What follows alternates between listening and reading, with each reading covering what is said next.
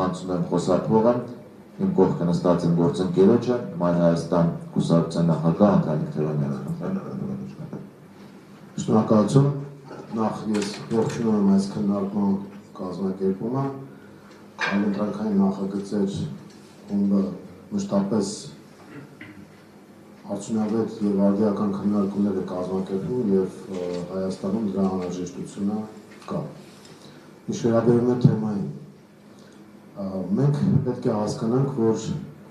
Հայաստանի օրվա իշխանությունը դարձել է ճակերտավոր խաղաղության, վախի եւ ժամանակավոր եւ մեկ մարդու քննադատությունից կախված հրադադարի վաճառական։ Նրանք փորձում են վախի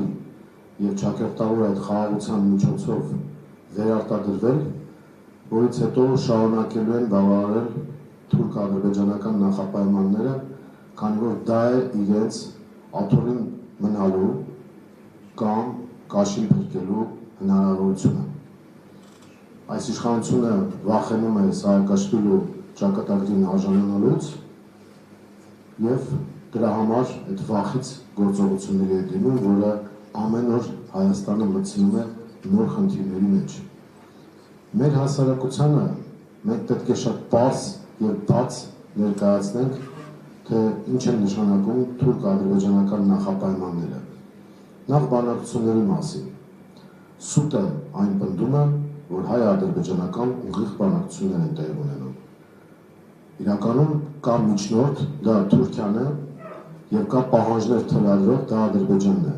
Հայաստանը այդ հարաբերություններում օբյեկտիվ դեր է կատարում, այսինքն ընդհանրապես բավարարում է թուրք-ադրբեջանական նախապայմանները։ Որոնք են այդ նախապայմանները։ Սկզբում մի քիչ կետերով, այսպես երկար կթվարկեմ, հետո շատ ավելի կարճ ձևակերպում կտամ դրան։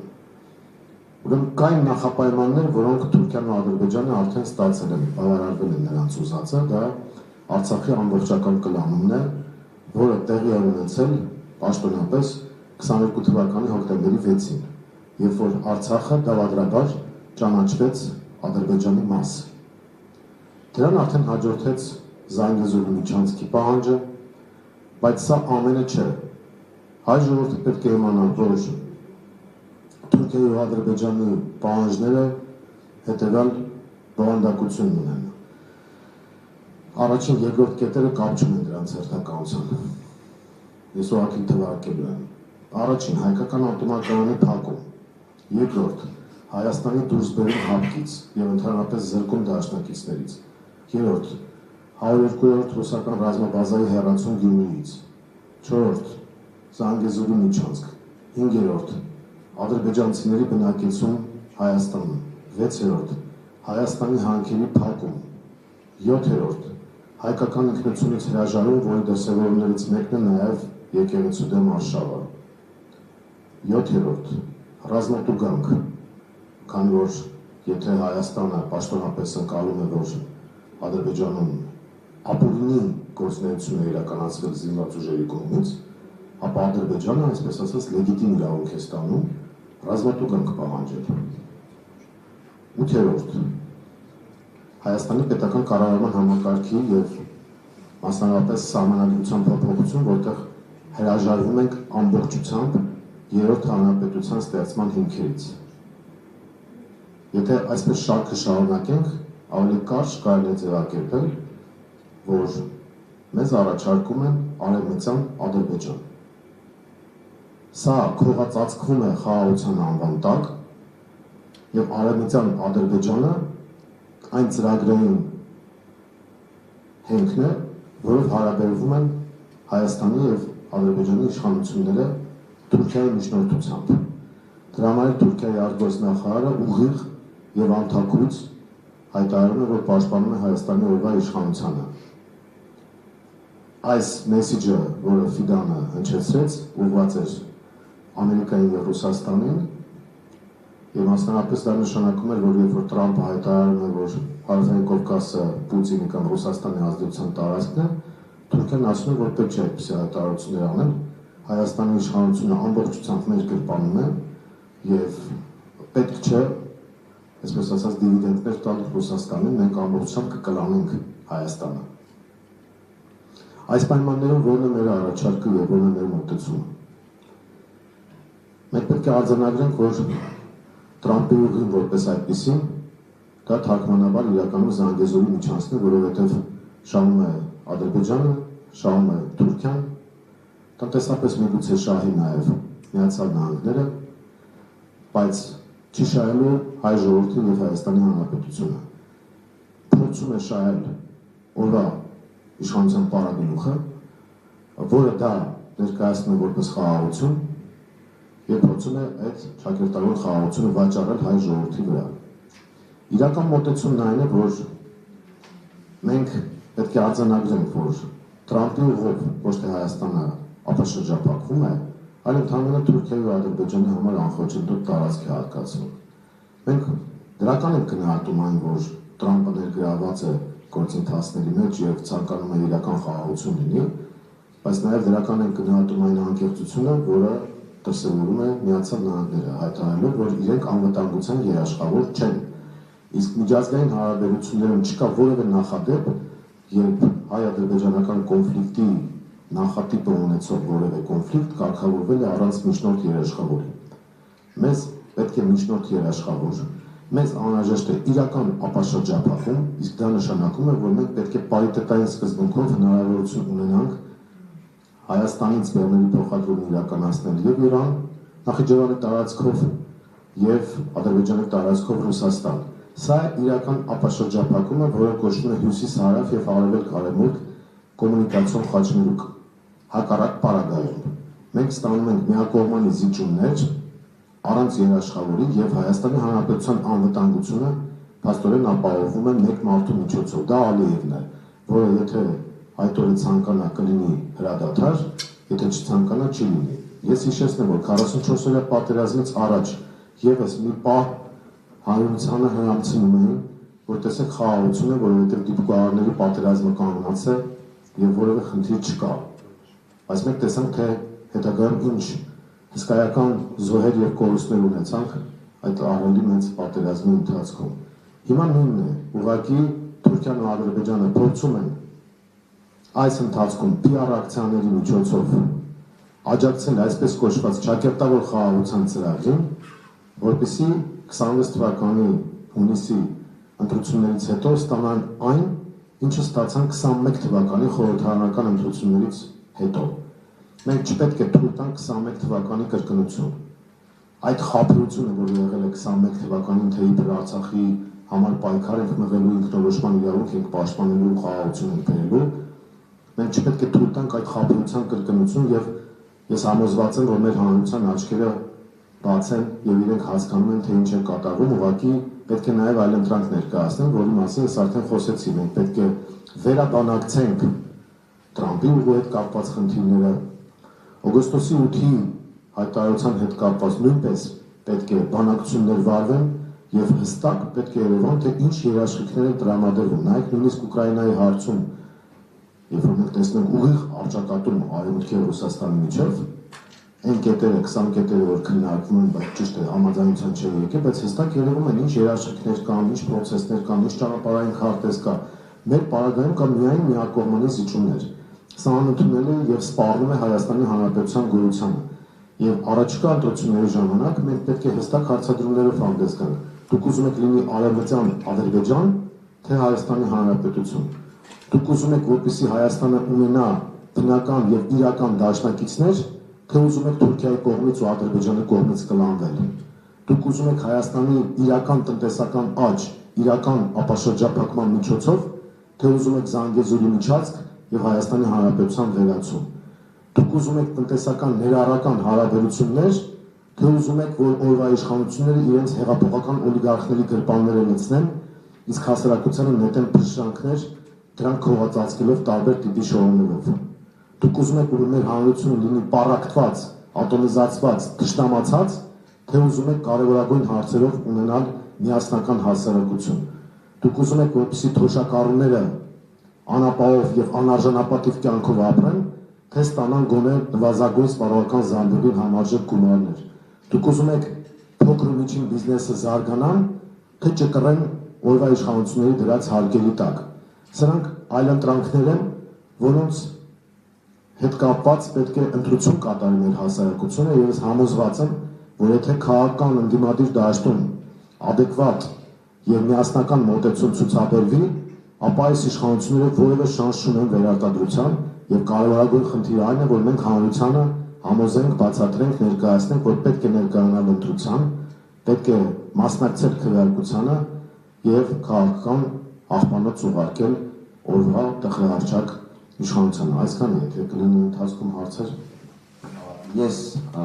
մեկ-երկու հարց կխնդրեմ դետալանացնենք։ Տեսականորեն պատկերացնում ենք, որ ձեր դիմաց նստած է իշխանության ներկայացուցիչը կամ ղեկավարը ինքը անմիջապես ասելու է ես չեմ, ուրեմն լինելու է պատերազմ, ինքնից թեզն է։ Հիմա մենք ոնց ենք դա ջարդում, ոնց ենք հայրությանը ասում, որ դա ամենևին այդպես չէ։ Տրիպի վերաբանակցումը ասել է չի բանակցելու մյուս կողմը, արդեն ես թուղթը ստորագրել եմ, ինչ ենք անում։ Եվ երրորդ, այն բոլոր կետերը, որ դուք թվարկում էիք, որ Ադրբեջանը սա է ստանալու ընտրությունից հետո, ասել է բայսկական խաղաղություն է դա, որ նրանք էլ կան ստեղ ապրեն, մենք չեն գնա, դե հիմա ատոմակայանը կփակվի, բանակցում ենք մոդուլային նոր ատոմակայան եւ այլն, կասի էս դա խաղաղություն է։ Հիմա մենք այդ երեք ֆունդամենտալ կեղծ նարատիվների ո՞նց ենք պատասխանում։ Տեսեք, ուրեմն մենք խելագարության կանխավարկածով չենք առաջնորդվում, որ ասենք, որ գալ ենք ու Ամերիկային պատերազմ հետարեք, ընդհակառակը մենք Ամերիկայի հետ նորմալ հարաբերություններ ենք հաստատելու եւ Տրամպի պրագմատիկ քաղաքականությունը պետք է փոխլրացնել։ Հետեւյալով, եթե դուք ուզում եք, որ լինի ապաշրջապակում, ապա մենք պարիտետային սկզբունքով պետք է ստանանք հնարավորություն։ Ովքեր են շահագրգռված, որպեսզի մենք պարիտետային հնարավորություն ստանանք։ Տրամպը բնականաբար շահագրգռված չի լինի, որ Հայաստան-Իրան հարաբերությունները զարգանան, բայց Իրանը հաստատ շահագրգռված կլինի։ Հետևաբար մենք կարող ենք այդ հարցադրումը դնել։ Հաջորդը, մենք կարող ենք Ռուսաստանին ներգրավել, ասելով, որ մենք ուզում ենք կոմունիկացիոն կապ Ռուսաստանի հետ, նույն ապաշրջապատման տրամադրությամբ եւ նրանք շահագրգռված են դրանում։ Ռուսաստանը նաեւ շահագրգռված կլինի, որպեսզի որպես միջնորդ երաշխավոր ներգրավվի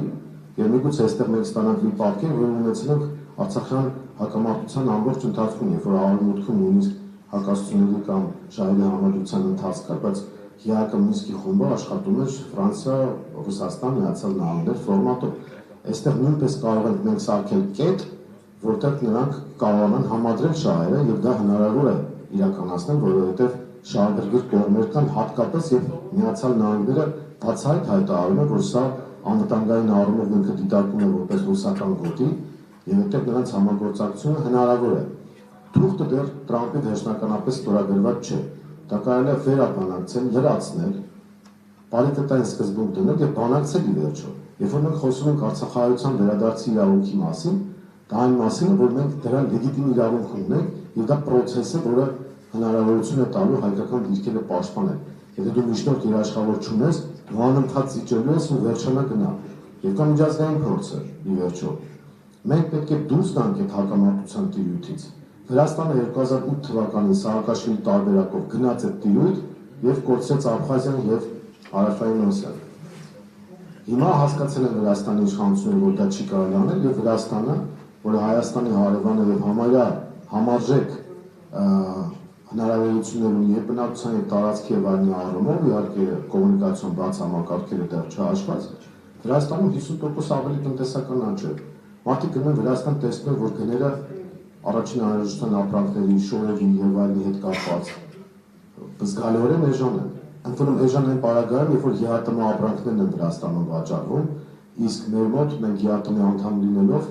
ավելի թանկ ապրանքներ ու ծառայություններ ունենք։ Եվ սա մի իշխանության օրոք, որ գալուց առաջինից բայց ասում են բանանի գինը էժանացել է, հիմա պայմանական ասած ամեն ինչ դարել է բանանի գին։ Իրենք խոշոր օլիգարխներ են դարձել եւ այս իշխանությանը գից օլիգարխներից միայն մեկի տարեկան շրջանառության այդ եկամուտը կազմում է 1.5 միլիարդ դոլար։ Իրանք ինչ թալանից են խոսում, ինչ տնտեսությունից են խոսում։ Այսինքն այս առումով մենք այդ հնարավորությունները ունենք։ Վրաստանի հետ համեմատ մենք պետք է իջեցնենք ավելացած արժեքի հարկի չափը, իջեցնենք շահութահարկի չափը։ Բիզնեսի համար տարբեր գրադացիաներով սահմանենք ցածր հարկային տոկոսադրույքներ։ Իրական խաղաղությունը հնարավոր է, երբ որ դու չես դառնում Զելենսկի։ Այսինքն Զելենսկին երբ որ դարձավ Բախման թաթերաբեմ Արևմուտքի եւ Ռուսաստանի միջեւ Ուկրաինայի տեսնում ենք թե ինչ է կատարվում Ուկրաինայի հետ։ Հիմա մենք եթե այդ վիճակից դուրս ենք գալիս եւ ասում ենք որ սա խոշորների մրցակցության տարածք չէ, այդ դեպքում մենք ստանում ենք իրական խաղաղություն եւ իրական անվտանգություն։ Իսկ թվարկածս կետերը դուք նշեցիք ատոմական, մոդուլային ատոմականները որպես այդպեսին այստեղ չեն կարող լինել, նույնիսկ լոգիստիկ առումով։ Դա բլեֆ է, դա սուտ է։ Նույնը Ֆրանսիայի դիրքորոշումը նայեք։ Մի ժամանակ հիշում եք, ասում են Ֆրանսիայի վարկանիշը բավական բարձր է, որովհետև Մակրոնը մեկ անգամ տպացրել էր այս մեր տեղական Մակրոնիուսին, եւ հայերեն ինչ-որ չգիտեմ գրառում էր արել կամ հայերեն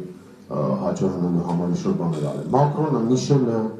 Բորելը, Բայդենը ուղիղ պատասխանատվություն են կրում Արցախի կորստի համար եւ Արցախի էթնիկ զտման համար։ Դրանք հանցագործներ են, որոնց միջնորդությամբ է Արցախը դատարկվել եւ որոնց միջոցով է էթնիկ զտումը տեղի ունեցել։ Հիմա դրանց վրա մենք անվտանգության հույս ենք դնում, տեսնեք արդեն Ֆրանսիայի թեման փակված է։ Որովհետեւ այդ մարդիկ մոռացել են արդեն, իսկ իրականում հիշում եք ինչ էին անում։ Պրագայից հետո երբ որ մենք բարձրաձայնում ենք, որ գնացել եք Արցախը հանձնել եք եւ փաստորեն 120,000 հայերի դրել եք սրի տակ, ասում են չէ, մենք այնտեղ էթնիկ հայերի անվտանգությունը կապահովենք, Միշելի ձևակերպումն էր հայտարարությունից հետո։ Դրանից հետո սկսեցին խաբել, ասում որ չէ, այդպիսի բան չկա, մենք չենք հանձնում Արցախը։ Բայց հիմա ասում են մենք միտումնավոր ենք հանձնել Արցախը, որ Հայաստանը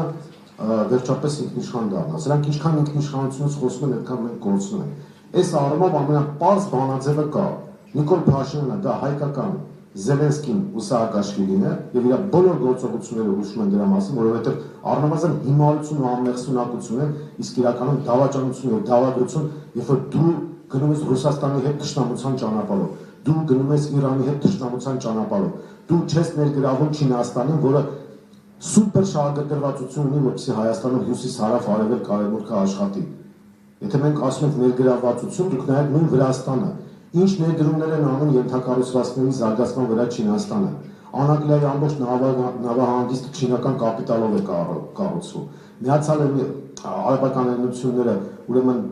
6 միլիարդ դոլարի պայմանագիր են կնքել, որպեսզի ներդրումներ անեն։ Հայաստանը միայն խոսում է այդ մասին, բայց ոչ մի իրական բան չկա։